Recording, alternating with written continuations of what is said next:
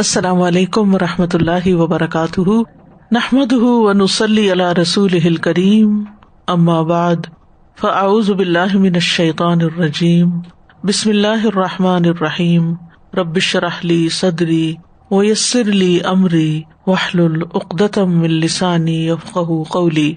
ہم قیامت کے دن کے حالات کے بارے میں پڑھ رہے ہیں۔ آج ہم شفاعت کے بارے میں پڑھیں گے کہ اس کی کتنی اقسام ہیں اور نبی صلی اللہ علیہ وسلم کی اپنی امت کے لیے کیسی شفاعت ہوگی، اور شفاعت کے مستحق کون لوگ ہیں، اور نبی صلی اللہ علیہ وسلم کے علاوہ دیگر کون لوگ شفاعت کریں گے، اور کون لوگ ہیں جو بدبخت شفاعت سے محروم رہیں گے۔ تو قیامت کے دن کے بارے میں اللہ تعالیٰ کا ارشاد ہے، بسم اللہ الرحمن الرحیم،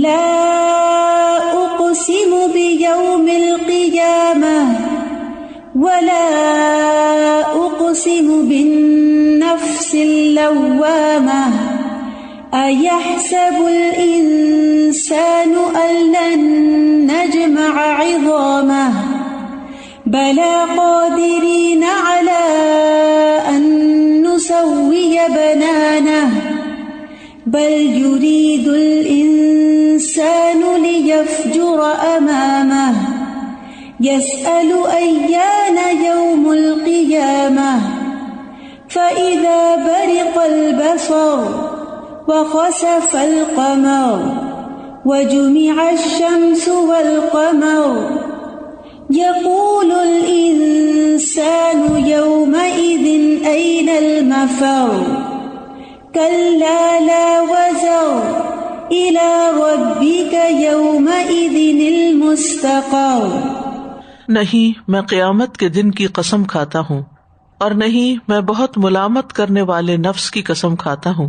کیا انسان گمان کرتا ہے کہ بے شک ہم کبھی اس کی ہڈیاں اکٹھی نہیں کریں گے؟ کیوں نہیں، ہم انہیں اکٹھا کریں گے، اس حال میں کہ ہم قادر ہیں کہ اس کی انگلیوں کے پورے درست کر کے بنا دیں۔ بلکہ انسان چاہتا یہ ہے کہ اپنے آگے آنے والے دنوں میں بھی نافرمانی کرتا رہے۔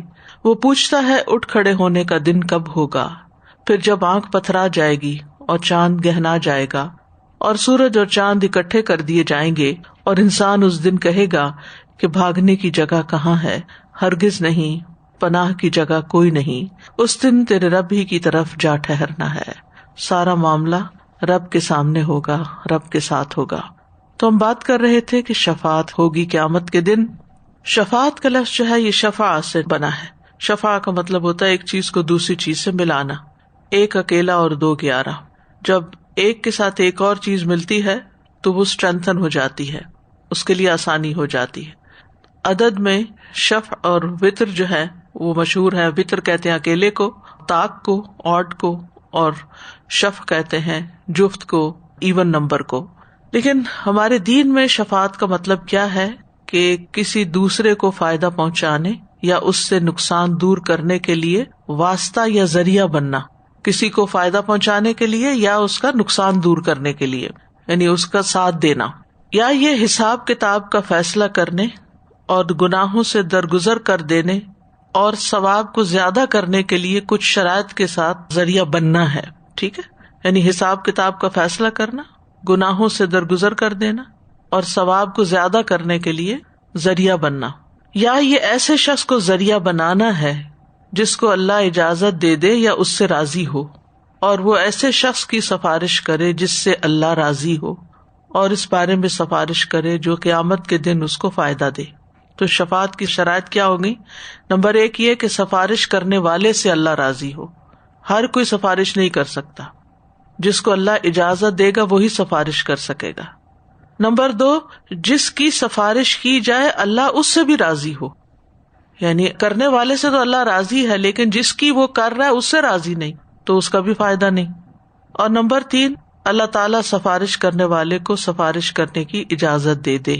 من ذا الذی یشفع عندہ الا بإذنہ، کون ہے جو اس کے ہاں سفارش کر سکے مگر اسی کے اذن کے ساتھ۔ تو قیامت کے دن اس آدمی کے لیے سفارش کوئی فائدہ نہ دے گی جو اس کا حقدار نہیں ہوگا۔ پھر سوال یہ پیدا ہوتا ہے کہ پھر شفاعت کا فائدہ کیا؟ تو شفاعت دراصل ان لوگوں کو آنر دینا ہے ان کے مقام کو نمایاں کرنا ہے کہ جن کو اللہ تعالیٰ پسند کرتا ہے اور جن سے وہ راضی ہوتا ہے. لیکن اس کا یہ مطلب نہیں کہ اللہ تعالیٰ انہیں کوئی اختیار دے دیتا ہے. عام طور پہ یہ سمجھا جاتا ہے نا کہ فلاں سفارش کر دے گا، تو یہ نہیں ضروری کہ وہ کر دے گا اور سفارش قبول ہی ہو جائے گی. وہ جس کے لیے اللہ چاہے گا قبول کرے گا. اس کو اختیار نہیں ملتا کسی کو جہنم سے نکالنے کا یا کسی کو جنت میں داخل کرنے کا یا کسی کے گناہ معاف کر دینے کا. یہ اختیار سارے کا سارا اللہ سبحانہ تعالیٰ کے پاس ہی رہے گا. لمن الملک اليوم للہ الواحد القہار، کہ اس دن کہا جائے گا کہ آج بادشاہت کس کی ہے، اور جواب اللہ تعالیٰ کیا دیں گے؟ ایک اللہ کے لیے جو اکیلا ہے اور زبردست ہے، یعنی وہ سب کو کنٹرول کرنے والا ہے، سب پر غالب ہے، کوئی اس پر غالب نہیں آ سکتا، پورا اختیار اسی کا ہے. سورۃ انفطار میں بھی آتا ہے والملک یومئذ للہ، بادشاہت اس دن ساری کی ساری اللہ کے ہاتھ میں. سورۃ فاتحہ میں آتا ہے مالک یوم الدین، روز جزا کا، جس دن جزا سزا دی جائے گی اس کا اصل مالک اللہ ہے، سارا اختیار اللہ کے پاس ہے. تو یہ اللہ سبحانہ تعالیٰ جن کو وہ بخشنا چاہے گا ان کے حق میں کچھ لوگوں کو سفارش کا حق دے گا، ایک آنر دے گا.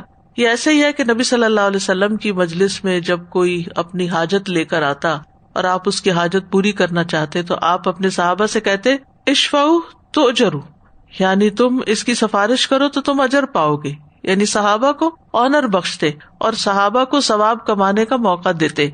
تو یہ ہے شفاعت کا اصل کانسیپٹ.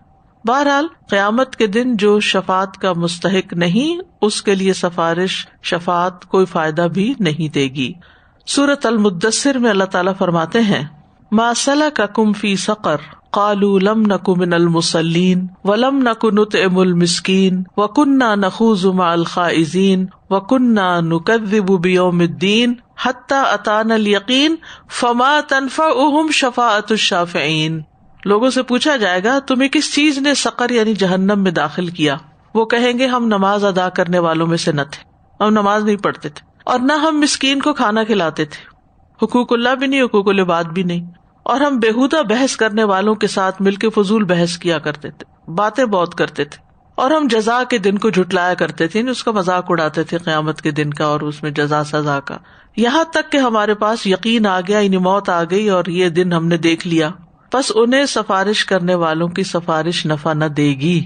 یہ آیت بالکل بات واضح کر دیتی ہے کہ جو لوگ نماز نہیں پڑھتے، جو لوگ بندوں کا خیال نہیں رکھتے، جو لوگ آخرت پر یقین نہیں رکھتے، ایمان نہیں رکھتے، دین کا مذاق اڑاتے ہیں، بحثیں کرتے ہیں، ان کو کسی کی سفارش فائدہ نہ دے گی.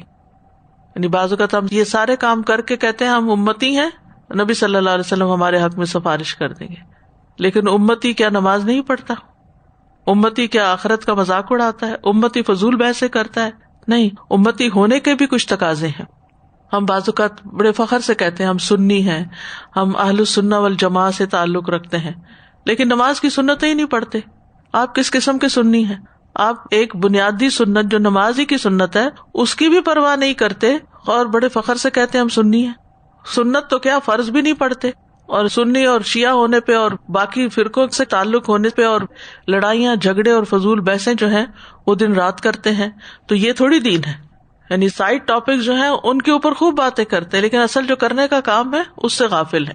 تو یاد رکھے کہ سفارش صرف اس کے حق میں ہوگی جس کے لیے اللہ اجازت دے گا. سورۃ البقرہ کی آیت نمبر 255 میں اللہ تعالیٰ فرماتے ہیں من ذا الذی یشفع عندہ الا باذنہ، کون ہے وہ جو اس کے پاس اس کی اجازت کے بغیر سفارش کرے.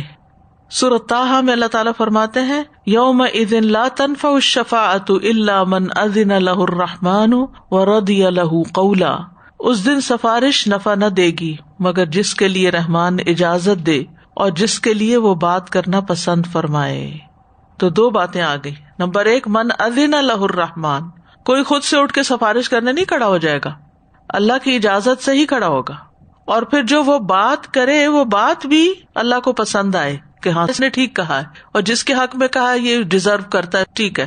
پھر اسی طرح سورۃ سبا میں اللہ تعالیٰ فرماتے ہیں قل ادعوا الذین زعمتم من دون اللہ لا یملکون مثقال ذرۃ فی السماوات ولا فی الارض وما لهم فیہما من شرک وما لهم منہم من ظہیر ولا تنفع الشفاعۃ عندہ الا لمن اذن لہ. کہہ دیجیے پکارو ان کو جنہیں تم نے اللہ کے سوا گمان کر رکھا ہے، یعنی اپنا الہ سمجھ رکھا ہے. وہ نہ آسمانوں میں ذرہ برابر کے مالک ہیں نہ زمین میں، اور نہ ان کا ان دونوں میں کوئی حصہ ہے، اور نہ ان میں سے کوئی اس کا مددگار ہے، اور نہ سفارش اس کے ہاں نفع دیتی ہے مگر جس کے لیے وہ اجازت دے۔ تو سفارش کے لیے، شفاعت کے لیے اللہ تعالیٰ کی اجازت کا ہونا ضروری ہے۔ اور اسی طرح سورۃ البقرہ کی آیت 123 میں آتا ہے وَاتَّقُوا يَوْمًا لَا تَجْزِي نَفْسٌ عَن نَفْسٍ شَيْئًا وَلَا يُقْبَلُ مِنْهَا عَدْلٌ وَلَا تَنفَعُهَا شَفَاعَةٌ وَلَا هُمْ يُنصَرُونَ۔ اور اس دن سے بچو جب نہ کوئی جان کسی جان کے کچھ کام آئے گی، اور نہ اس سے کوئی فدیہ قبول کیا جائے گا، اور نہ اسے کوئی سفارش نفع دے گی، نہ ان کی مدد کی جائے گی۔ یعنی آخرت کے دن کے بارے میں اللہ سبحانہ وتعالیٰ نے واضح طور پر بتا دیا کہ ہر شخص اپنے لیے کچھ کر کے آئے، اپنا ذمہ خود لے گا، یعنی کہ اس کے پاس کوئی گارنٹی نہیں کہ کوئی اور مجھے پکڑ کے بخشوا دے گا۔ اس دن سے ڈرنے کا کہا گیا، اس دن سے ڈرو جس دن کوئی کسی کے کام نہیں آئے گا، کیونکہ شفاعت صرف اسے فائدہ دے گی جس کے لیے رحمان پسند کرے گا۔ سورۃ النجم میں آتا ہے وَكَم مِّن مَّلَكٍ فِي السَّمَاوَاتِ لَا تُغْنِي شَفَاعَتُهُمْ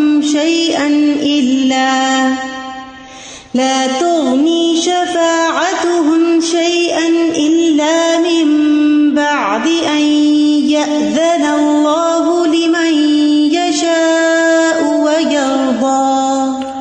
اور آسمانوں میں کتنے ہی فرشتے ہیں کہ ان کی سفارش کچھ کام نہیں آتی۔ سبحان اللہ۔ ایک تو یہ بات پتہ چلتی ہے کہ فرشتے بھی سفارش کریں گے، اور دوسری یہ بات پتہ چلتی ہے کہ مقرب فرشتے بھی اگر کسی کے حق میں سفارش کریں اور اللہ تعالیٰ کو پسند نہ آئے تو وہ سفارش قبول ہی نہیں ہوگی، ریجیکٹ کر دی جائے گی، مگر اس کے بعد کہ اللہ اجازت دے جس کے لیے چاہے اور جسے پسند کرے۔ سورۃ الانبیاء میں فرمایا يَعْلَمُ مَا بَيْنَ أَيْدِيهِمْ وَمَا خَلْفَهُمْ وَلَا يَشْفَعُونَ إِلَّا لِمَنِ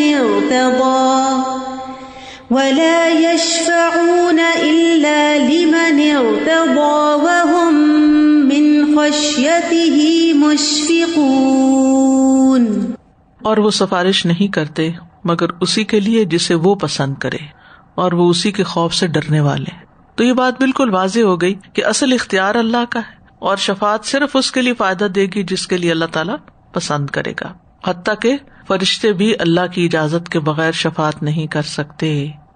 قرآن مجید میں آتا ہے وَقَالُوا اتَّخَذَ الرَّحْمَنُ وَلَدًا سُبْحَانَهُ بَلْ عِبَادٌ مُّكْرَمُونَ، اور انہوں نے کہا رحمان نے کوئی اولاد بنا رکھی ہے، وہ پاک ہے، بلکہ وہ بندے ہیں جنہیں عزت دی گئی ہے، وہ بات کرنے میں اس سے پہل نہیں کرتے اور وہ اس کے حکم کے ساتھ ہی عمل کرتے ہیں۔ وہ جانتا ہے جو ان کے سامنے اور جو ان کے پیچھے ہے، اور وہ سفارش نہیں کرتے مگر اسی کے لیے جسے وہ پسند کرے، اور وہ اسی کے خوف سے ڈرنے والے۔ یعنی کسی کا مقام اللہ کی نگاہ میں کتنا بھی بڑا ہو، پھر بھی وہ اپنی مرضی سے کوئی تصرف نہیں کر سکتا۔ اس لیے ہمیں سب سے بڑھ کر اللہ سبحانہ تعالیٰ کے ساتھ ہی اپنا تعلق درست کرنے کی ضرورت ہے، ظاہر اور باطن میں اسی سے ڈرنے کی ضرورت ہے، اسی کے آگے جھکنے کی ضرورت ہے، اسی سے دعائیں مانگنے کی ضرورت ہے۔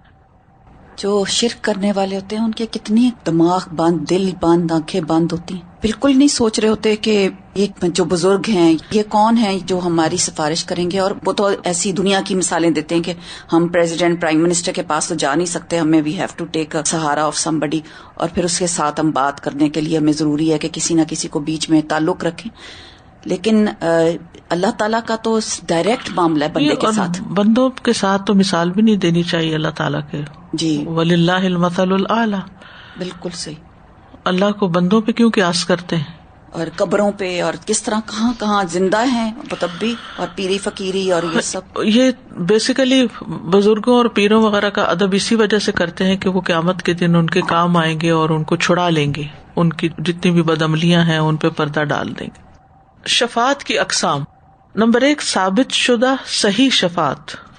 یہ وہ شفاعت ہے جسے اللہ تعالیٰ نے اپنی کتاب میں ثابت کیا ہے، یا اس شفاعت کو رسول اللہ صلی اللہ علیہ وسلم نے ثابت کیا۔ یعنی اس کا یہ مطلب ہے کہ شفاعت ہے تو صحیح، لیکن اس کی دلیل ہونی چاہیے، یہ شفاعت صرف ان لوگوں کے لیے ہوگی جو توحید والے اور اللہ کے لیے اخلاص رکھنے والے ہیں.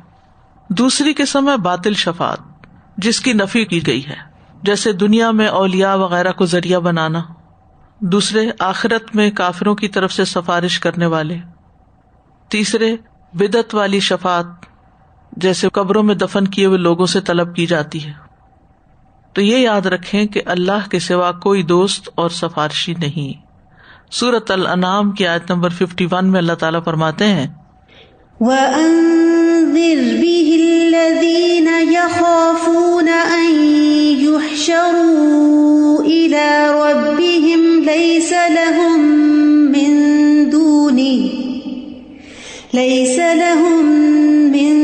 دُونِهِ وَلِيٌّ وَلَا شَفِيعٌ لَعَلَّهُمْ يَتَّقُونَ. اور اس کے ساتھ ان لوگوں کو ڈراؤ جو خوف رکھتے ہیں کہ اپنے رب کی طرف لے جا کر اکٹھے کیے جائیں گے. ان کے لیے اس کے سوا نہ کوئی دوست ہوگا نہ کوئی سفارش کرنے والا تاکہ وہ بچ جائیں. یعنی اشارہ ہے کہ ایمان لے آئیں تاکہ پھر اللہ سبحانہ وتعالیٰ کے ہاں بخشش کا کوئی سامان ہو. سورۃ السجدہ میں فرمایا اللہ الذی خلق السماوات والارض وما بینہما فی 6 ایام ثم استوى على العرش ما لکم من دونہ من ولی ولا شفیع افلا تتذکرون. اللہ وہ ہے جس نے آسمانوں اور زمین اور ان دونوں کے درمیان کی ہر چیز کو 6 دنوں میں پیدا کیا، پھر وہ عرش پر بلند ہوا. اس کے سوا تمہارا نہ کوئی دوست ہے نہ کوئی سفارش کرنے والا، تو کیا تم نصیحت حاصل نہیں کرتے؟ افلا تتذکرون. اب سوال یہ پیدا ہوتا ہے کہ یہاں یہ کہا گیا کہ اللہ ہی سفارش کرنے والا ہے، یعنی اس کے سوا تمہارا کوئی سفارشی نہیں یا دوست نہیں، تو مطلب یہ ہے کہ اس کی اجازت کے بغیر تمہارا کوئی سفارشی نہیں. باطل معبود اللہ تعالیٰ کے ہاں سفارش نہیں کر سکتے. سورۃ یونس میں اللہ تعالیٰ فرماتے ہیں وَيَعْبُدُونَ مِن دُونِ اللَّهِ مَا لَا يَضُرُّهُمْ وَلَا يَنفَعُهُمْ وَيَقُولُونَ هَؤُلَاءِ شُفَعَاؤُنَا عِندَ اللَّهِ قُلْ أَتُنَبِّئُونَ اللَّهَ بِمَا لَا يَعْلَمُ فِي السَّمَاوَاتِ وَلَا فِي الْأَرْضِ سُبْحَانَهُ وَتَعَالَى عَمَّا يُشْرِكُونَ. اور وہ اللہ کے سوا ان چیزوں کی عبادت کرتے ہیں جو نہ انہیں نقصان پہنچاتی ہیں اور نہ نفع، یعنی باطل معبود. اور کہتے کیا ہیں، کیوں ہم ان کی عبادت کر رہے ہیں کہ یہ لوگ اللہ کے ہاں ہمارے سفارشی ہیں، یہ وسیلہ بنیں گے.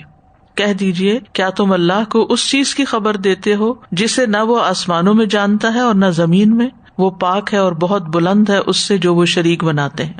تو بہرحال یہ بات بھی واضح ہو گئی کہ مشرکین مکہ یا دیگر مشرکین اللہ کے سوا جس کسی کی بھی، چاہے وہ زندہ کی، چاہے وہ مرے ہوئے کی، چاہے وہ پتھر کی یا حجر کی یا شجر کی، کسی بھی چیز کی جو عبادت کرتے ہیں یہ سوچ کے کہ ہؤلاء شفعاؤنا عند اللہ، یہ اللہ کے ہاں ہماری سفارش کریں گے، تو یہ عقیدہ بالکل باطل ہے، اس کی کوئی اصل نہیں اور اس سے کچھ حاصل ہونے والا نہیں.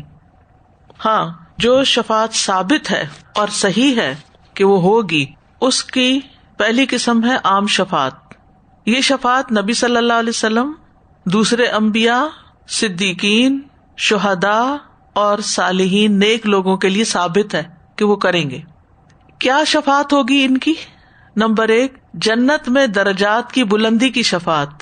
جیسے ہم دعا کرتے ہیں نا کہ ورفع درجتہ فی المہدیین. حضرت ابو سلمہ فوت ہوئے تھے تو اس وقت نبی صلی اللہ علیہ وسلم نے ان کی بخشش کی جو دعا کی تھی، یہ دعا بھی ایک سفارش ہی ہوتی ہے اصل میں. آگے اللہ چاہے تو قبول کرے، تو چاہے نہ کرے کسی کے حق میں.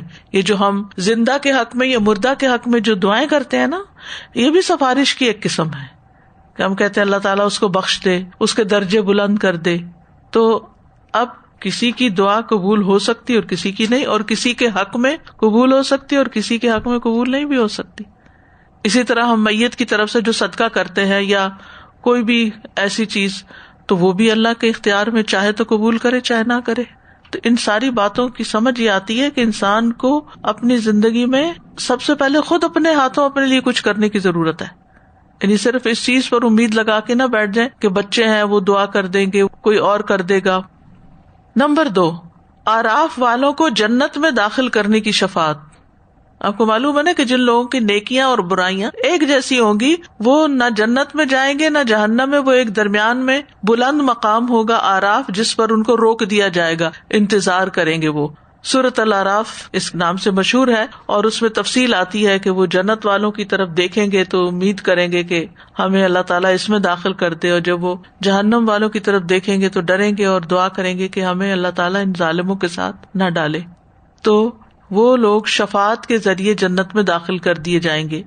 نمبر 3، توحید پرست نافرمان لوگ جو جہنم کے حقدار بن چکے ہیں، ان کے حق میں شفاعت کرنا کہ وہ جہنم میں داخل نہ ہو، یہ ایک درجہ ہے.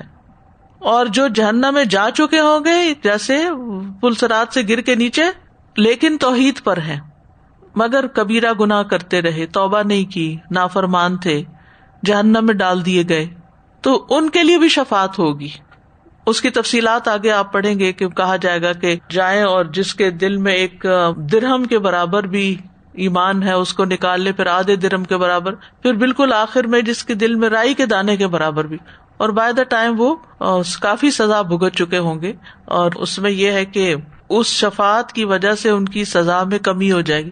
بالکل ایسے ہی جیسے جیل کا سینٹینس ہوتا ہے نا، کہ کسی کو جیل ہو جاتی ہے، پھر کسی کی سفارش سے اس کی سزا میں کمی ہو جاتی ہے، یا نکال لیا جاتا ہے، یا بیل ہو جاتی ہے. دوسری ہے خاص شفاعت. یہ صرف نبی صلی اللہ علیہ وسلم کے ساتھ خاص ہے، جس کو شفاعت عظمی بھی کہا جاتا ہے. شفاعت عظمی، شفاعت خاصہ کی بھی 2 قسمیں ہیں. پھر آگے ایک یہ ہے شفاعت عظمی، یہ حشر میں کھڑے رہنے سے نجات دلانے کی شفاعت ہے کہ حساب کتاب شروع ہو. اور اس کا آپ کو معلوم ہے کہ لوگ قیامت کے دن حشر کے میدان میں کھڑے ہوں گے، پسینے میں ڈوبے ہوئے ہوں گے، ان کی بری حالت ہو رہی ہوگی کیونکہ حساب شروع نہیں ہوگا. وہ کہیں گے کہ ہمارا حساب ہو، چاہے ہمیں جہنم میں بھیجے، یہاں سے ہمیں نکالیں. اتنی بری حالت ہو جائے گی لوگوں کی. کہتے ہیں نا الانتظار واشد من الموت. تو اس وقت پھر لوگ حضرت آدم کے پاس جائیں گے، اور پھر حضرت نوح کے پاس، اور حضرت ابراہیم کے، اور حضرت موسیٰ کے، اور عیسیٰ کے، اور پھر محمد صلی اللہ علیہ وسلم کے پاس آئیں گے. پھر آپ اللہ سبحانہ وتعالیٰ کے سامنے گر پڑیں گے، عرش کے سامنے، اور پھر دعائیں کریں گے، ایسے حمد کے کلمات کہیں گے جو اس سے پہلے کبھی نہ کہے گئے ہوں. اور پھر اللہ تعالیٰ فرمائیں گے یا محمد تستشفیٰ، اے محمد صلی اللہ علیہ وسلم تم شفاعت کرو، یعنی سفارش کرو، تمہاری سفارش قبول کی جائے گی. دوسرا ہے جنت کا دروازہ کھلوانے کی شفاعت. رسول اللہ صلی اللہ علیہ وسلم نے فرمایا انا اول الناس یشفع فی الجنہ، میں لوگوں میں سب سے پہلے جنت میں داخل ہونے کے بارے میں شفاعت کروں گا. یعنی آپ سے پہلے کوئی جنت میں داخل نہیں ہو سکے گا، جنت کا دروازہ ہی آپ کی شفاعت سے کھلے گا. تیسرا ہے 70,000 لوگوں کے بغیر حساب کتاب جنت میں داخل ہونے کی شفاعت. اور اس کی تفصیل آپ پڑھ چکے ہیں، جس میں عکاشہ جو تھے، جو ایک بدری اور احدی صحابی تھے، اور بہت زبردست اللہ پہ توکل کرنے والے تھے. ایک جنگ میں ان کے پاس تلوار نہیں تھی، انہوں نے درخت کی ٹہنی لے کے اسی سے ہی کام شروع کر دیا. تو بہرحال پھر ان کی یہ بات جو ہے عکاشہ بازی لے گیا. یہ ایک ضرب المثل بھی بن گئی کہ جس کام میں جو 4 رنرز ہوتے ہیں ان کے لیے، کہ وہ سب سے آگے نکل گیا. اور پھر اس کی بھی آگے تفصیلات ہیں کہ 70,000 تو تھوڑے ہیں، پھر آپ کو اختیار دیا گیا کہ ہر ایک کے ساتھ مزید 70,000 یا ہر 1000 کے ساتھ مزید 70,000 کو اسی طرح داخل کیا جائے گا. نمبر 4، آپ صلی اللہ علیہ وسلم کی شفاعت اپنے چچا ابو طالب کے بارے میں.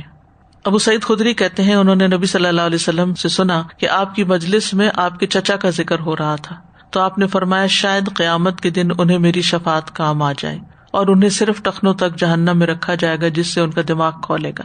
پھر اسی طرح صحیح بخاری میں آتا ہے، عباس بن عبد المطلب کہتے ہیں انہوں نے عرض کیا یا رسول اللہ، کیا آپ نے ابو طالب کو ان کی وفات کے بعد کوئی فائدہ پہنچایا؟ وہ آپ کی حفاظت کیا کرتے تھے، آپ کے لیے لوگوں پر غصہ ہوا کرتے تھے. آپ نے فرمایا کہ ہاں، وہ جہنم میں اس جگہ پر ہیں جہاں ٹخنوں تک آگ ہے. اگر میں نہ ہوتا تو وہ آگ کے نچلے طبقے تک ہوتے، کیونکہ وہ بالآخر ابو جہل کی بات میں آگے تھے اور ایمان نہیں لائے تھے. اب ہے نبی صلی اللہ علیہ وسلم کی اپنی امت کے لیے شفاعت. شفاعت کے ذریعے آپ کو فضیلت بخشی گئی. نبی صلی اللہ علیہ وسلم نے فرمایا مجھے 5 چیزیں ایسی دی گئی ہیں جو مجھ سے پہلے کسی کو نہیں دی گئی تھی. ان میں سے ایک یہ ہے کہ مجھے شفاعت عطا کی گئی ہے، یعنی آپ کو اجازت ملے گی اپنی امت کے حق میں شفاعت کرنے کی. نبی صلی اللہ علیہ وسلم نے اپنی قبولیت والی دعا کو امت کے لیے محفوظ کیا ہے. آپ نے فرمایا مجھ سے کہا گیا کہ آپ مانگیں کیونکہ ہر نبی نے مانگا ہے. سل فإن کل نبی قد سأل. تو آپ دیکھیے کہ ان نبیوں کی دعائیں قبول ہوئی. آدم علیہ السلام نے کیا مانگا تھا؟ ربنا ظلمنا انفسنا وان لم تغفر لنا وترحمنا لنکونن من الخاسرین. تو وہ توبہ قبول ہو گئی. نوح علیہ السلام نے کیا دعا کی تھی؟ قوم کی بربادی کی، ایک طرح سے بد دعا کی تھی کہ اس زمین پر کافروں کا کوئی گھر نہ چھوڑ. رب انی مغلوب فانتصر، یہ انہوں نے دعا کی تھی. اچھا، پھر اس کے بعد ابراہیم علیہ السلام نے کیا دعا کی تھی؟ ربنا وبعث فیہم رسولا منہم، رسول اللہ صلی اللہ علیہ وسلم کی آمد کے بارے میں اور بھی، تو وہ دعا ان کی قبول ہو گئی. موسیٰ علیہ السلام نے کیا دعا کی تھی؟ ربی انی لما انزلت الی من خیر فقیر. تو کتنی جلدی ساری نعمتیں برکتیں آ گئی تھی ان کے پاس. ٹھیک ہے. پھر اسی طرح ایوب علیہ السلام کی دعا قبول ہوئی تھی، انی مسنی الضر وانت ارحم الراحمین. یونس علیہ السلام کی دعا لا الہ الا انت سبحانک انی کنت من الظالمین. زکریا علیہ السلام کی دعا جو اولاد کے لیے کی تھی. تو بہرحال کہنے کا مطلب یہ ہے کہ انبیاء علیہ السلام کو جب دعاؤں کا حق دیا گیا تو انہوں نے دنیا میں دعائیں مانگ لی، ان کی قبول ہو گئی. نبی صلی اللہ علیہ وسلم نے اپنی قبولیت والی دعا جو خاص دعا ہے وہ آخرت کے لیے رکھ لی، اپنی امت کے لیے. کتنا بڑا حق ہے آپ کا ہم پر. اگر ہمیں اختیار دیا جائے کہ آپ کو موقع دیا جاتا ہے ایک دعا کرنے کا جو ضرور قبول ہو جائے گی، تو جھٹ سے اپنے لیے مانگ لیں. تو نبی صلی اللہ علیہ وسلم فرماتے ہیں مجھ سے کہا گیا آپ مانگیں کیونکہ ہر نبی نے مانگا ہے، لیکن میں نے اپنا سوال قیامت کے دن تک مؤخر کر دیا جس کا فائدہ تمہیں اور لا الہ الا اللہ کی گواہی دینے والے ہر شخص کو ہوگا. اسی لیے آپ کبھی پل صراط پر ہوں گے، کبھی آپ حوض پر ہوں گے. یعنی دنیا میں بھی آپ فکر کرتے تھے اپنی امت کی، اور آخرت میں بھی اپنی امت کی فکر کریں گے. وہ آیت یاد ہوگی ان تعذبہم فانہم عبادک وان تغفر لہم فانک انت العزیز الحکیم. تو یہ اپنی امت ہی کے لیے دعا کرتے رہے، روتے رہے ساری رات، اور رکوع اور سجود میں یہی پڑھتے رہے. یہ دعا ہی کی ایک قسم ہے، اس لیے سجدے میں پڑھی گئی، اور اس سے یہ دلیل ملتی ہے کہ سجدے میں قرآنی دعا پڑھی جا سکتی ہے. ٹھیک ہے. حضرت ابو ذر کہتے ہیں جب صبح ہوئی تو میں نے عرض کیا یا رسول اللہ آج آپ صبح تک ساری رات رکوع اور سجود میں مسلسل ایک ہی آیت پڑھتے رہے ہیں.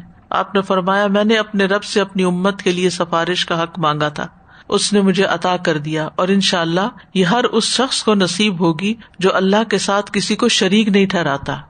تو امت میں بھی اگر شرک کرنے والے ہیں تو ان کے لیے پھر یہ شفاعت نہیں ہوگی. آپ امت کے لیے روتے تھے اور اللہ تعالیٰ نے آپ کو راضی کر دیا. ایک روایت میں آتا کہ آپ صلی اللہ علیہ وسلم نے فرمایا اے اللہ میری امت میری امت امتی امتی، اور آپ رونے لگ گئے. تو اللہ عز و جل نے فرمایا اے جبرائیل جاؤ محمد کے پاس صلی اللہ علیہ وسلم، حالانکہ تیرا رب خوب جانتا ہے، ان سے پوچھو کیوں رو رہے ہیں. دل جوئی کے لیے جبریل رسول اللہ صلی اللہ علیہ وسلم کی خدمت میں آئے، رونے کی وجہ پوچھی، آپ نے انہیں بتا دیا، حالانکہ اللہ تعالیٰ سب سے زیادہ جاننے والے ہیں. تو اللہ تعالیٰ نے فرمایا اے جبریل جاؤ محمد کی طرف اور ان سے کہہ دو کہ ہم آپ کو آپ کی امت کے بارے میں ضرور راضی کر دیں گے اور ہم آپ کو غمگین نہیں کریں گے. لیکن کچھ لوگ جن کو آپ اپنی امت کہیں گے حوض کوثر پر آپ سے دور کر دیے جائیں گے. وہ کیوں؟ کہ انہوں نے بدعات شروع کر دی تھی دنیا میں.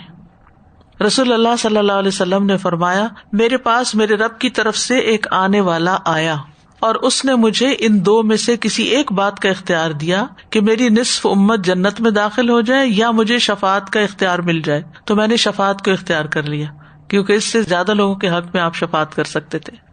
صحابہ نے عرض کیا یا رسول اللہ ہم آپ کو اللہ کی قسم ڈالتے ہیں اور صحابی ہونے کا واسطہ دیتے ہیں کہ آپ ہمیں ان لوگوں میں شامل کر لیں جن کی آپ شفاعت کریں گے. جب انہوں نے آپ سے اصرار کیا تو آپ نے فرمایا میں تمہیں گواہ بناتا ہوں کہ میری امت میں سے ہر وہ شخص جو اس حال میں مرے کہ اللہ کے ساتھ کسی کو شریک نہ ٹھہراتا ہو وہ میری شفاعت میں شامل ہے. اسی لیے کہتے ہیں نا جو مرتے وقت لا الہ الا اللہ پڑھے گا وہ جنت میں داخل ہوگا. لیکن یاد رکھیے کہ مرتے وقت لا الہ الا اللہ پڑھنے کے لیے زندگی میں بھی اس کی تکرار بڑی ضروری ہے. صحابہ بھی شفاعت پر یقین رکھتے تھے جیسے ابھی روایت میں آیا، اور صحابہ جو تھے شفاعت کی رغبت بھی رکھتے تھے. ایک طویل حدیث اس سلسلے میں آتی ہے. عوف بن مالک اشجعی کہتے ہیں کہ ہم نے رسول اللہ صلی اللہ علیہ وسلم کے ساتھ ایک سفر کیا، یہاں تک کہ جب رات ہو گئی تو میری آنکھ سے نیند اڑ گئی. مجھے نیند نہیں آ رہی تھی. میں کھڑا ہوا. لشکر میں کوئی چلنے پھرنے والا نہیں تھا مگر یہ کہ سب زمین پر اپنا رخسار رکھے سو رہے تھے، اور میں دیکھ رہا تھا کہ میرے دل میں ہر چیز کا خیال آ رہا تھا. صحابہ کی جنگوں کے بارے میں پتہ چلتا ہے نا کہ کس طرح لشکر مٹی کے اوپر ہی سو جایا کرتے تھے، کوئی بسترے نہیں ساتھ لے کے جاتے تھے. بس میں نے کہا ضرور میں رسول اللہ صلی اللہ علیہ وسلم کے پاس چلوں گا اور آپ کی رات بھر پہرہ داری کرتا رہوں گا یہاں تک کہ میں صبح کر لوں. چنانچہ میں لوگوں سے پھلانگتے ہوئے نکلا یہاں تک کہ میں لشکر سے باہر نکل گیا. اچانک میں نے کچھ لوگ دیکھے، سو ان کی طرف جانے کا ارادہ کیا میں نے. وہ عبیدہ بن جراح اور معاذ بن جبل تھے. دونوں مجھ سے کہنے لگے تمہیں کس چیز نے باہر نکالا؟ میں نے کہا جس چیز نے تمہیں نکالا. بس ہم ایک درخت کے جھنڈ کے سامنے تھے جو ہم سے دور نہیں تھا. ہم اس جھنڈ کی طرف چل دیے تو وہاں ہم نے شہد کی مکھی کی بنبناہٹ اور ہوا کی سرسراہٹ سنی. بس رسول اللہ صلی اللہ علیہ وسلم نے فرمایا کیا یہاں ابو عبیدہ موجود؟ یعنی آپ وہاں تھے؟ ہم نے کہا جی ہاں. آپ نے پوچھا معاذ بن جبل؟ ہم نے کہا جی ہاں. پوچھا عوف بن مالک؟ ہم نے کہا جی ہاں. چنانچہ رسول اللہ صلی اللہ علیہ وسلم ہماری طرف نکل کر تشریف لائے. ہم نے آپ سے کسی چیز کے بارے میں کوئی سوال نہ کیا. یہ بھی کتنا بڑا ادب اور کتنا بڑا اخلاق تھا کہ ہم اگر ایسی کوئی چیز دیکھیں، کوئی ایسی آواز سنیں تو فوراً پوچھیں کون ہے، یہ کیا ہو رہا ہے، یعنی کہ صبر نہیں کرتے.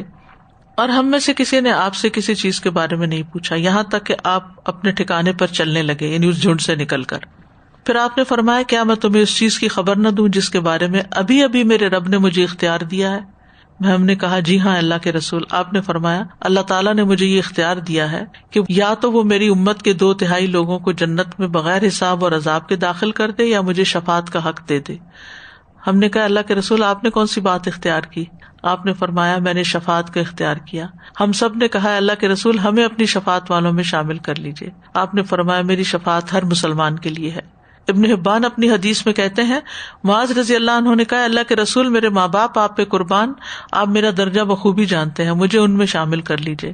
آپ نے فرمایا تم ان میں سے. عوف بن مالک اور ابو موسیٰ نے کہا اللہ کے رسول آپ بخوبی جانتے ہیں ہم نے اپنے مال، اقارب، اپنی اولاد چھوڑی اور اللہ اور اس کے رسول پر ایمان لائے، سو آپ ہمیں شفاعت والوں میں شامل کر لیجیے.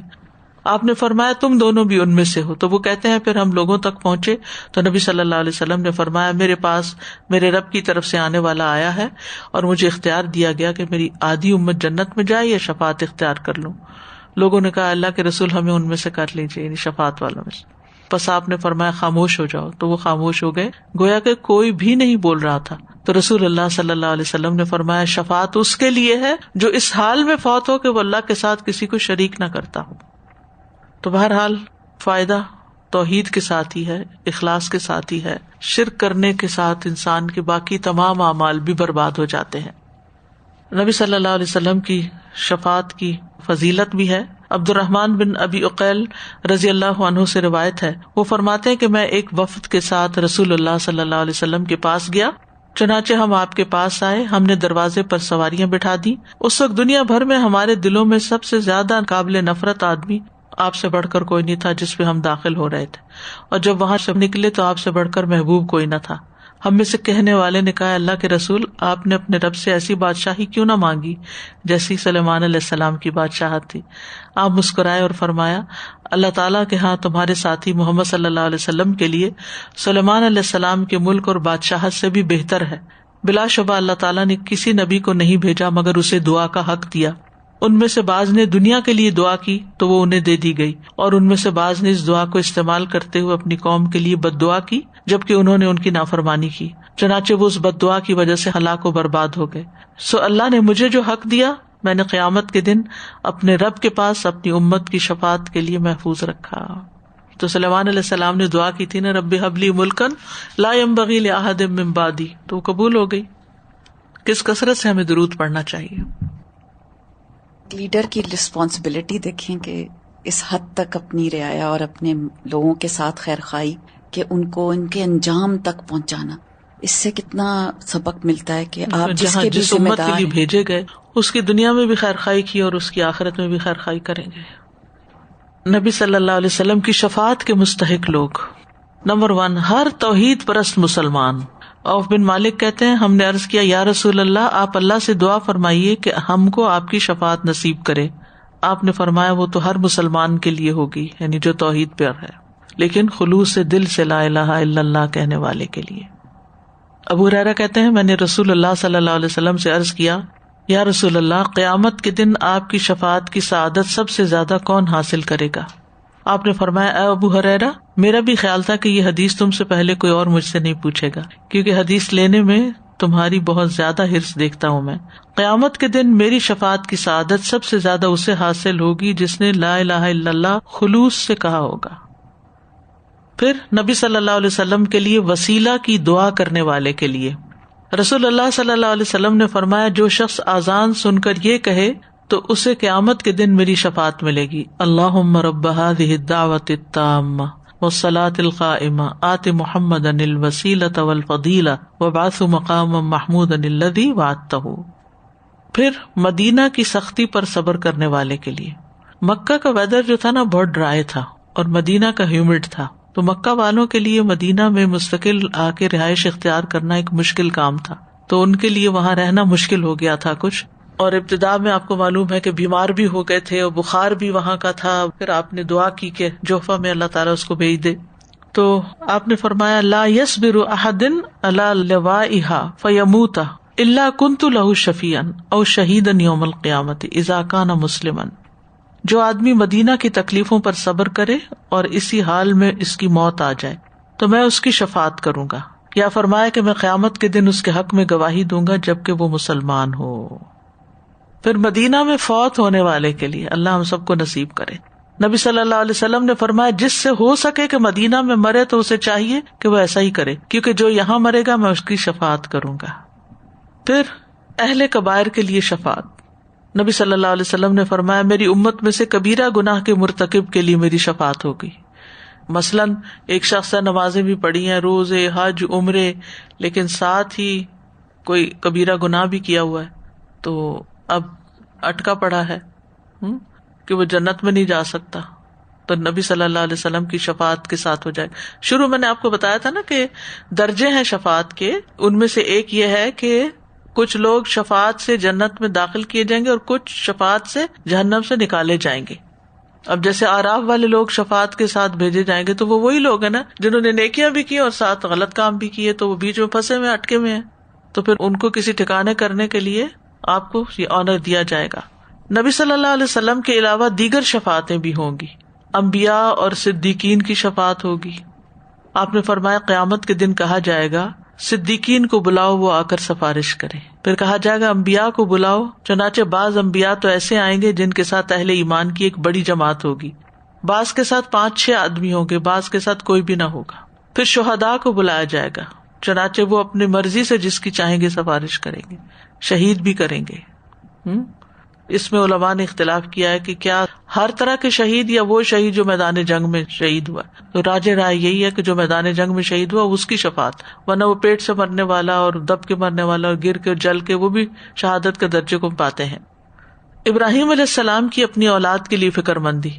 حذیفہ سے روایت ہے کہ نبی صلی اللہ علیہ وسلم نے فرمایا قیامت کے دن ابراہیم علیہ السلام فرمائیں گے اے میرے رب جل و علا فرمائے گا اے میرے بندے میں حاضر ہوں. ابراہیم علیہ السلام کہیں گے اے میرے رب تو نے میرے بچوں کو جلا ڈالا. اللہ تعالیٰ فرمائیں گے جاؤ جس کے دل میں رائی کے برابر یا جو کے دانے کے برابر ایمان ہے اس کو جہنم سے نکال لاؤ. تو یہ ابراہیم علیہ السلام کی شفاعت ہوگی. ہر نبی اپنی امت کے لیے شفاعت کرے گا. پھر شہید جو ہے وہ اپنے اہل خانہ کے 70 آدمیوں کی شفاعت کرے گا جو قبول کی جائے گی. اچھا، اسی طرح کچھ لوگوں کو زیادہ شفاعت کی اجازت دی جائے گی، کچھ کو کم. رسول اللہ صلی اللہ علیہ وسلم نے فرمایا میری امت میں سے ایک آدمی لوگوں کی جماعت کی سفارش کرے گا اور وہ اس کی شفاعت سے جنت میں داخل ہوں گے. کوئی پورے قبیلے کی شفاعت کرے گا اور وہ اس کی شفاعت سے جنت میں جائیں گے. کوئی آدمی ایک شخص کی اور اپنے گھر والوں کی کرے گا تو وہ اس کی شفاعت سے جنت میں جائیں گے.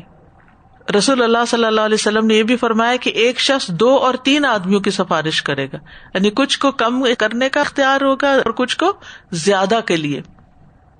نبی صلی اللہ علیہ وسلم نے فرمایا صرف ایک آدمی کی شفاعت سے جو نبی نہیں ہوگا، ربیہ اور مضر جیسے 2 قبیلوں یا ایک قبیلے کے برابر لوگ جنت میں داخل ہوں گے، یعنی ان کو وہ آنر بخشا جائے گا۔ پھر آپ نے فرمایا کہ میری امت کے ایک آدمی کی سفارش کی وجہ سے بنو تمیم کی تعداد سے زیادہ لوگ جنت میں داخل ہوں گے۔ ہم نے پوچھا یا رسول اللہ یہ شفاعت آپ کی شفاعت کے علاوہ ہوگی؟ آپ نے فرمایا ہاں یہ میری شفاعت کے علاوہ ہوگی، یعنی کچھ لوگوں کو اتنا آنر دیا جائے گا کہ ان کی شفاعت سے ملینز آف پیپل کو جنت ملے گی۔ یہ اس کو جس کا مقام اللہ کے نزدیک جتنا بڑا ہوگا، اور انبیاء کے علاوہ کی بات ہے یہ۔ تو اسی لیے کہتے ہیں کہ نیک لوگوں کی صحبت اختیار کرو، نیک لوگوں سے محبت کرو۔ بات ہے نا احب الصالحین ولست منہم لعل اللہ یرزقنی صلاحا، میں صالحین سے محبت کرتا ہوں اگرچہ میں خود نہیں بھی ہوں، شاید اللہ تعالیٰ مجھے بھی صلاح عطا کرے، یعنی میری بھی کوئی حالت درست کر دے، دنیا میں نیکی کی توفیق دے اور آخرت میں میری بخشش کر دے۔ تو جب اختیار دیا جائے گا 2 لوگوں کی کر لو، اور وہ لوگ کن کی شفاعت کریں گے؟ اگر کسی ہاؤس ہولڈ سے کہ ان میں سے کوئی ایک نیک بچہ ہے، کوئی حافظ ہے، وہ حافظ والی حدیث جو ہے نا اس میں ضعف ہے، 2 روایتیں دونوں میں ضعف ہے، مگر چلے کچھ نہ کچھ اصل تو ہے کہ اہل قرآن کا بھی ایک مقام ہوگا۔ تو اب جب اس کو کہا جائے گا کہ تم شفاعت کر سکتے ہو 10 لوگوں کی، اپنے خاندان میں سے کر لو، وہ کن 10 کو چنے گا؟ جو اس کے ساتھ معاملے میں اچھے ہوں گے، جو اخلاق میں اچھے ہوں گے۔ دنیا میں جیسے عید ہوتی ہے یا کوئی خاص موقع ہوتا ہے تو ہم بچوں کو عیدی دیتے ہیں، گفٹ دیتے ہیں، یہ اچھا جب گفٹ دے رہے ہوتے ہیں یا نکال رہے ہوتے ہیں تو جو ان میں سے سب سے اچھا ہوتا ہے وہ کس کو دینے کو دل چاہتا ہے؟ جس کا سب سے زیادہ اچھا تعلق ہوتا ہے، فیوریٹ پیپل۔ بالکل، تو یہ یاد رکھیے کہ اگر حافظ قرآن شفاعت کرے گا تو وہ اپنے فیوریٹ پیپل ہی کی کرے گا، شہید کرے گا تو وہ بھی اپنے فیوریٹ پیپل کی کرے گا۔ تو اسی لیے علماء کہتے ہیں کہ شفاعت کے لیے دنیا میں زیادہ سے زیادہ ایسے لوگوں سے محبت کرو، ان کے قریب ہو، تاکہ وہ آخرت میں تمہاری شفاعت کریں۔ یعنی جیسے صحابہ کرام ہیں، جیسے امت کے علماء ہیں، انبیاء کے بعد جتنے بھی نیک لوگ ہیں۔ اسی لیے یہ محبت مانگنے کی دعا بھی ہے نا، اللہم ارزقنی حبک وحب من یحبک، یعنی جو لوگ اللہ سے محبت کرتے ہیں اللہ تعالیٰ مجھے بھی ان کی محبت عطا کر، وحب عمل یقربنی الی حبک۔ لیکن یہ یاد رکھیں کہ جو سفارش کرنے والے ہوں گے وہ صرف توحید پرستوں کی سفارش کر سکیں گے، شرک والوں کی کوئی سفارش نہ کر سکے گا۔ پھر اسی طرح فوت شدہ چھوٹے بچے جو ہیں وہ بھی شفاعت کریں گے، اور وہ اپنے ماں باپ کو۔ اور یہ بچہ کون سا ہوگا؟ جس کے اندر روح ہو، مس کیریج جیسے ہوتا ہے نا، ایک ہوتا ہے روح پڑنے سے پہلے ابارٹ ہو جانا، اور ایک ہے مس کیریج ہونا، ان دونوں میں فرق ہے نا۔ جب روح پڑ جاتی ہے تو پھر جو بچہ نکلتا ہے وہ، تو ان بچوں کو کہا گیا دعامیس الجنہ۔ دعامیس جو ہے نا، دامس کہتے ہیں گھوڑے کا چھوٹا بچہ جو ہر جگہ بھاگتا پھرتا ہے نا، اور ہر کوئی اس سے پیار کرتا ہے، وہ کسی کے بھی کھیت سے کچھ کھا پی لے، چر چگ لے، اس کو کوئی مائنڈ نہیں کرتا۔ جیسے چھوٹے بچے ہوتے ہیں، ٹاڈلرز ہوتے ہیں، وہ بھاگتے دوڑتے کبھی اس کے پاس جاتے ہیں، کبھی اس کے پاس جاتے ہیں۔ تو یہ بچے جو ہیں یہ جنت کے چھوٹے گھوڑوں کے بچوں جیسے ہوں گے، یا ایک معنی یہ بھی کیا گیا کہ جنت کے کیڑے، لیکن کیڑے سے ہمارے معاملے میں نا وہ ذرا اچھا تاثر نہیں آتا، تو دعامیس کا جو ایک گھوڑے کے بچے والا معاملہ ہے نا وہ زیادہ بہتر ہے، وہ نہیں جو ہے، ٹھیک ہے۔ تو ان میں سے جو بھی اپنے باپ یا اپنے والدین سے ملے گا تو اس کے کپڑے کو یا اس کے ہاتھ کو پکڑ لے گا، جیسا کہ میں تمہارے کپڑے کو پکڑے ہوئے ہوں، نبی صلی اللہ علیہ وسلم نے کپڑا پکڑ کے فرمایا، اور وہ اس کو اس وقت تک نہ چھوڑے گا جب تک کہ اللہ اسے اور اس کے باپ کو جنت میں داخل نہ کر دے، وہ چھوڑے گا ہی نہیں، وہ کہے گا اس کو تو جنت میں لے جانا ہی لے جانا ہے۔ تو اس لیے جن ماؤں کے بچے پیدا ہونے سے پہلے فوت ہو گئے، پیٹ میں فوت ہو گئے یا پیدا ہو کر فوت ہو گئے، ان کے لیے بہت بڑا صدمہ ہوتا ہے، اس پہ صبر کرنا بڑا مشکل ہوتا ہے، لیکن بہت بڑی خوشخبری بھی ہے، بہت بڑی خوشخبری بھی ہے کہ وہ جنت میں لے جانے کا سبب ہوں گے، بس شرط یہ ہے کہ لا الہ الا اللہ پکی ہو۔ پھر قرآن سفارش کرے گا۔ نبی صلی اللہ علیہ وسلم نے فرمایا قرآن پڑھا کرو، کیونکہ یہ قیامت کے دن اپنے پڑھنے والوں کے لیے سفارشی بن کے آئے گا، یعنی وہ ان کو جنت میں لے جانے کا سبب بنے گا۔ رسول اللہ صلی اللہ علیہ وسلم نے فرمایا روزہ اور قرآن قیامت کے دن بندے کی سفارش کریں گے۔ روزہ کہے گا اے رب میں نے دن کے وقت اسے کھانے اور خواہشات کی تکمیل سے روکے رکھا، اس لیے اس کے متعلق میری سفارش قبول فرما۔ قرآن کہے گا میں نے رات کو اسے سونے سے روکے رکھا، اس کے حق میں میری سفارش قبول فرما، جیسے تہجد کی نماز میں پڑھنا یا پھر رمضان میں تراویح وغیرہ پڑھنا، تو ان دونوں کی سفارش قبول کر لی جائے گی۔ پھر اسی طرح حجر اسود کی شفاعت ہوگی۔ رسول اللہ صلی اللہ علیہ وسلم نے فرمایا قیامت کے دن حجر اسود جب آئے گا تو وہ جبل ابو قبیس سے بھی بڑا ہوگا، یعنی بہت بڑا بن جائے گا. اس کی ایک زبان اور 2 ہونٹ ہوں گے. مسند احمد کی ایک اور حدیث میں آتا آپ نے فرمایا قیامت کے دن یہ حجر اسود اس طرح آئے گا کہ اس کی 2 آنکھیں ہوں گی جن سے یہ دیکھتا ہوگا، ایک زبان ہوگی جس سے بولتا ہوگا، اور ہر اس شخص کے حق میں گواہی دے گا جس نے حق کے ساتھ اس کو بوسہ دیا. تو بہرحال جو نیک اعمال ہیں وہ انسان کے حق میں سفارش بن جائیں گے. اللہ سبحانہ وتعالی ہمیں نیک اعمال کی توفیق عطا فرمائے. کل انشاءاللہ ہم اہل جہنم کی سفارش کے بارے میں پڑھیں گے کہ جو لوگ جہنم میں پہنچ جائیں گے پھر ان کو کیسے نکالا جائے گا، کس کس کی سفارش سے نکالا جائے گا. وآخر دعوانا ان الحمد للہ رب العالمین. سبحانک اللہم وبحمدک اشہد ان لا الہ الا انت استغفرک واتوب الیک. السلام علیکم ورحمۃ اللہ وبرکاتہ.